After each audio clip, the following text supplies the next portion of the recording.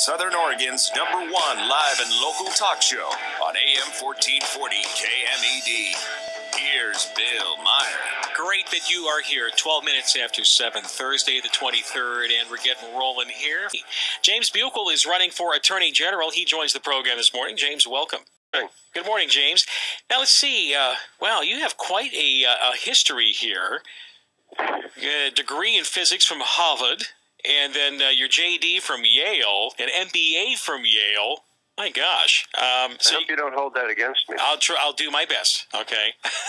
Doesn't Mitt have one from Yale, or is he Harvard? I forget. I kind of mixed the two Ivy Leaguer competitors up. It's one or the other. Yeah, one of the two. Yeah, they're big colleges. Anyway, big legal brain you are here. And what makes you want to become? Why do you want to step into that lion's den and be Oregon's next Attorney General?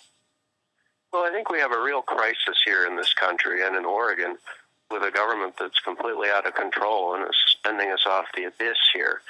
And people don't understand it, but the legal system has been a major part of the failure of government.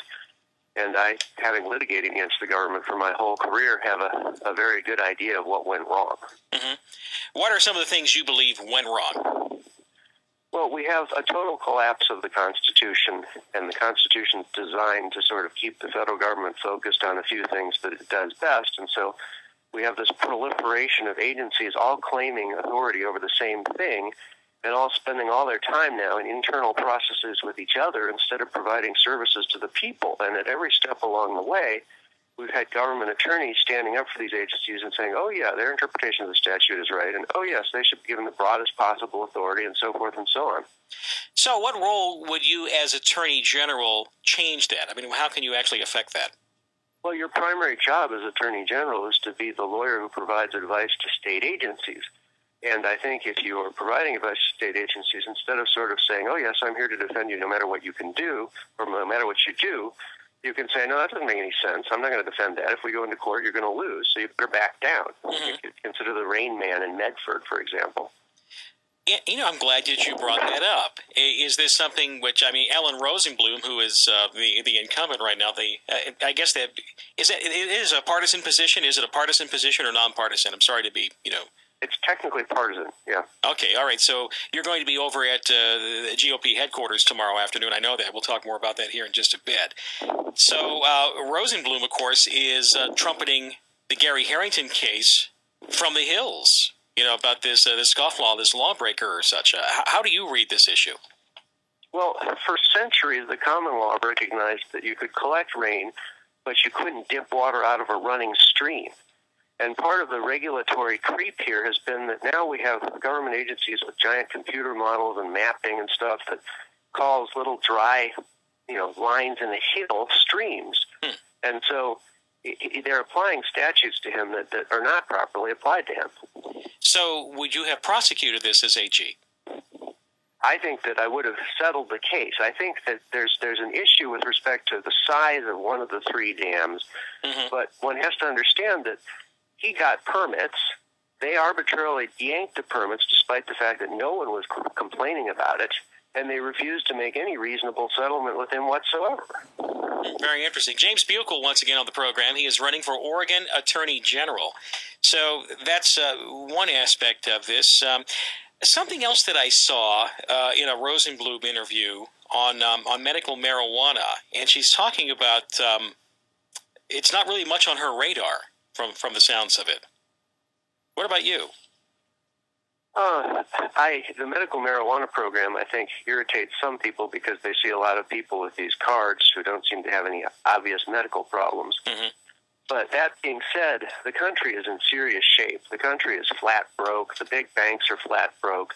And we're in this situation where it's like Wile E. Coyote who ran over the cliff and hasn't started to fall yet because of all this debt. And he's still kind of walking off the cliff, and he thinks everything's fine. He hasn't looked down.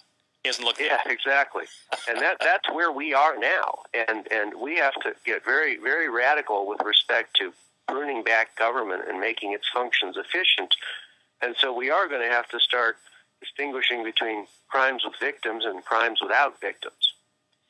It's interesting that you bring up that term, James, because it seems that so many government actions these days are punishing the victimless crime. Would you agree? And what could would you do about that? But criminalizing everything. I mean, we have a situation now where the regulations have become so complicated that everybody's a criminal, and we have agencies that have sort of run out of real problems to regulate, and so they just relentlessly grow and regulate imaginary problems. You know, raiding guitar factories because of wood from India, or whatever it is that they're doing. Every day there's another example of them reaching in ways that make no sense when no one is hurt. Like, you know, Mr. Harrington was hurting no one.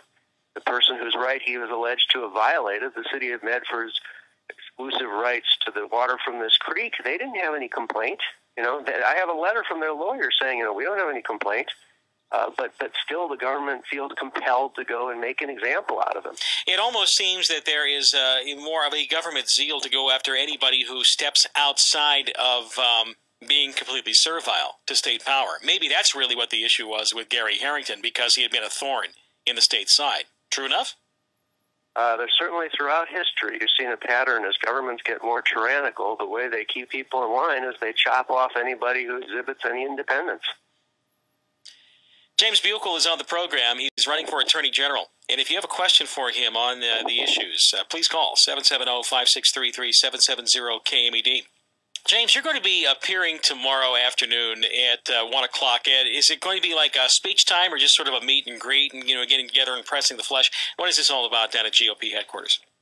Well, you never really know until you get there, but I assume the usual pattern is you go down there and you give a 10-minute, 15-minute stump speech, and then you answer questions and talk to people. Okay, fair enough.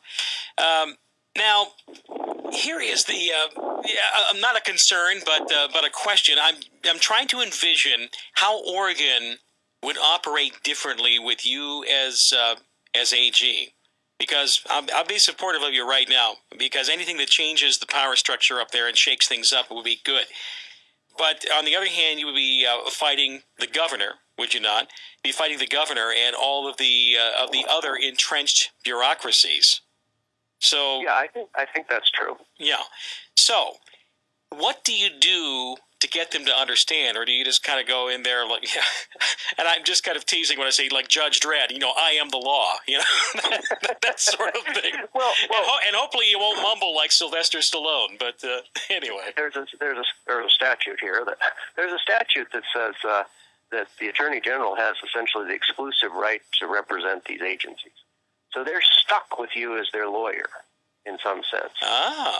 And so I imagine that I would cause enough trouble that there might be attempts to change that statute. There might be agencies running out and trying to hire their own lawyers to defend, you know, whatever it is that they've done wrong. But what's interesting is that question got litigated to the Supreme Court once before, and some prior attorney general shut them down for hiring their own lawyer. And so you have a lot of power in terms of representing them and telling them, you know, no, we shouldn't win this case, because there's been this misconception, I think, in the Attorney General's office that it's their job to win every case, and their job is really to do justice, not to win every case. It may be consistent with winning the case, and it may not. I am so glad to hear that. It's about the truth. It's about justice. It's about following the law, and you're supposed to be part of that process of finding your way through it, right? I mean, it's really your job. Yeah, and in the course of years of the sort of win-at-any-cost approach to the Attorney General's office, we've created all these doctrines to work against citizens, like, oh, you know, even though your business is going to be shut down by this decision, you have no standing to challenge it. Or even though the agency has made up its mind, why don't you suffer for another 5 years and spend another $400,000 in administrative costs rather than getting a ruling on the law now? Or, you know, oh, you're the agency and you've interpreted the law this way. Well, I'm the court, but it's not really my job to interpret the law. I should defer to your interpretation because you have so much expertise. And all of these doctrines that are invisible to the average citizen are part of what is causing this cancer of government, because it's almost impossible for citizens to fight the government.